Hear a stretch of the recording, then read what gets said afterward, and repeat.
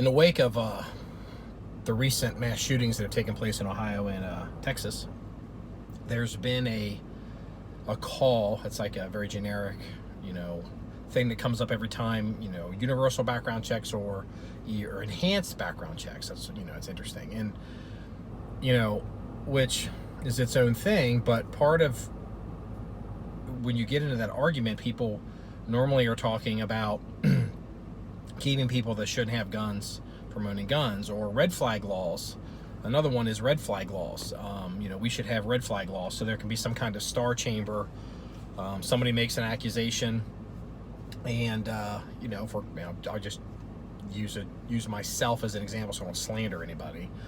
Somebody would make an accusation, say, against me, and all of a sudden, maybe I lose the armory, and then, I have to, maybe fight or legally fight to get the armory back. Well, it's interesting, enhanced background checks, because the question, I knew this would happen, when these shootings types of incidents happen. It's on a weekend, so the news cycle, there's a lot of, it's the B and C crews who are on the television stations, and so they're filling time. They don't know what to say, so they get a bunch of people that don't know what to say, and they're all just really wasting time and stretching and speculating and postulating about stuff they don't know until the facts come out, which I suspected, I didn't know, but I suspected that the backgrounds of some of these people would come out, and it would be very interesting. And the one in particular that if this come to my attention, is the person who was in Ohio. What happened. Apparently he, I guess one of the victims was his sister. Neither here nor there. These people are idiots. But it has come out that in his recent previous history, and it's not a laughing matter, but he is, I guess, an avowed Satanist, and he had made a hit list at his school, that caused some kind of big disturbance. And I guess the question is, the guy is a wackadoodle, but why is a guy who has made a hit list, I would infer a hit list in a pejorative sense is like a list of people to do something bad to, why is this person walking around society? Forget the argument, why does he have a gun? Why is an avowed Satanist, maybe I shouldn't say Satanist, a guy who talked about, violent revolution and making a hit list to the point that actually caused some kind of disturbance at his previous school, why is he walking around amongst us? Well, the reason is that some point from after 1945 until the 70s, the United States dismantled its inpatient community control mental health system. And I can prove it to you, the listener at home, that this is true. I don't care where you live or what state or what city. Ask yourself this question. Where is your local loony bin? Where is your insane asylum or, involuntary inpatient residential treatment center for mental health? Where is that? Now, one or two of you might be able to say there's a Bellevue somewhere. There always is, maybe one place.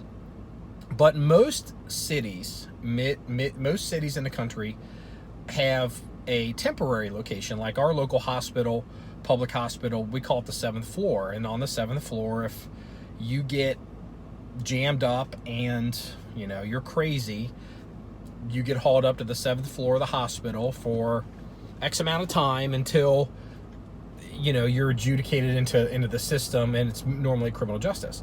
Well, we don't have a mental health system in this country anymore. We don't have a Bellevue or a loony bin. So what happens is all these people that everybody knows is crazy or suspects are crazy, they basically walk free amongst us until they commit a crime that they get incarcerated and they're put in jail. A crime serious enough that they get incarcerated and put in jail. So the question is, enhanced background checks. Or the question is red flag laws. Well, so if you're too crazy to own a gun, shouldn't you be too crazy to get a pilot's license, or maybe get a CDL, or work in a hospital, or maybe work around kids? Every person that's watching this video has most likely filled out something called a 4473, which is the gun background check paperwork at your local gun store. And on that yes/no section at the lower 2/3 of the sheet, there'll be a question, as I recall off the top of my head, goes something like this: have you ever been mentally adjudicated? And mental adjudication is a legal process. It's actually a trial, and you go to court and we decide that you're crazy, and you can have your defense, and there's a prosecution and a defense side, and it's a trial. And so when you see people talking about red flag laws and we have to do this and we do that, we have that. It's called mental adjudication. The problem is, and so forget the gun incident that's made these incidents that have made the news lately. You see this kind of stuff all the time. Somebody who is in and out of the system, let's say maybe they're stalking somebody or harassing somebody, and eventually it gets to the point where they've now committed a crime that is so serious that they end up incarcerated in jail. And people will say that, quote, the system failed them or the courts failed them. Well, in most cases, the courts did not fail the victim. The courts, they can adjudicate these cases, but there's no place to send anybody for being crazy. There's no place to put somebody on community control. It's not unreasonable for a functioning society that every major city, at least mid-sized state in every major city, should have a inpatient, involuntary mental health, residential, community control facility. Maybe some people live there full time.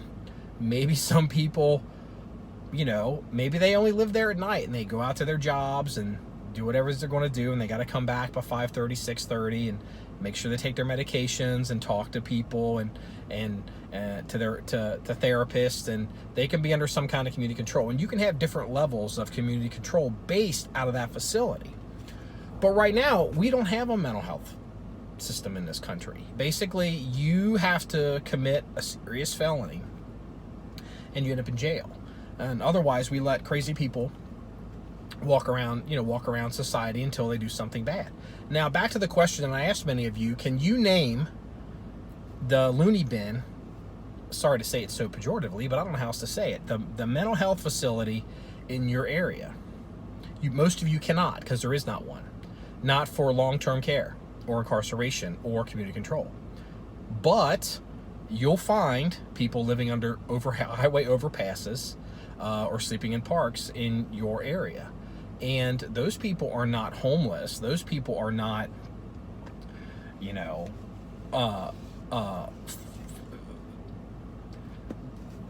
just randomly in bad situations. They're most likely mentally ill.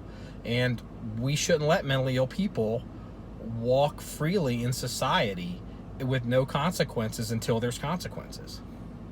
So, and it's another thing too, and this is relevant to Dayton, and it's also relevant to I believe the kid's name was Cruz, and he shot up to school in Florida. And so he was in and out of that school. In most cases, let's be real, whether any type of bad behavior somebody would choose to engage in, by the time it rises to the level of it being a police run or a 911 call or a national incident, that's not the first time it's ever happened. And a lot of times these kids, like the Dayton shooter, he's fairly young. I'm not sure, but I don't know, he's definitely under 20. I think it's pretty fair to assume, since he had a hit list at his school, that he was probably a minor when this happened. And then there's the kid in Texas, and all this drama with the It was to the point that they had the guards of the school were instructed. They thought he was going to come and attack the school. See, and back in the old days, it used to be if we thought little Johnny was crazy, little Johnny doesn't get to go to school anymore. But when little Johnny doesn't get to go to school anymore, he doesn't get to just walk the streets. Little Johnny has to go to the special place with the guys with the white jackets, and they've got muscles, and they're going to make little Johnny take his medication, and they're going to make little Johnny talk to the doctors to explain what's going on in his head. Because most people who were committed to mental health facilities were done so when they were still minors. Now that seems crass and it seems mean, but that's the way it used to be. But everybody harping about red flag laws on my side of the argument, and everybody harping about AR-15s and assault rifles, assault weapons on the other side of the argument, are both whistling past the graveyards here, literally, because the issue is mental health. We don't have a mental health facility. And it's not just for the shooters of the schools, it's for the people that go around and assault people on the street or beat women. I mean, there's all kinds of these people running around, living under bridges, that are just crazy, and we all know they're crazy, but it hasn't gotten to the point where they haven't committed a crime serious enough that they can do at least a year in prison. That's the real problem. We don't have a mental health system in this country. We don't need red flag laws. We need to reactivate the mental adjudication system in this country and have a place to put people other than death row or supermax.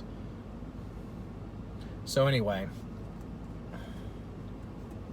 beyond that, I'm not going to talk about the news because I'm still trying to figure out as much as the rest of you, and most people are using it as a club to advance their own agenda. And I'm not advancing an agenda. I'm just thinking I'm talking about some common sense.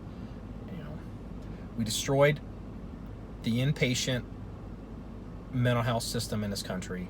We destroyed the orphanages in this country, and society is poor for it.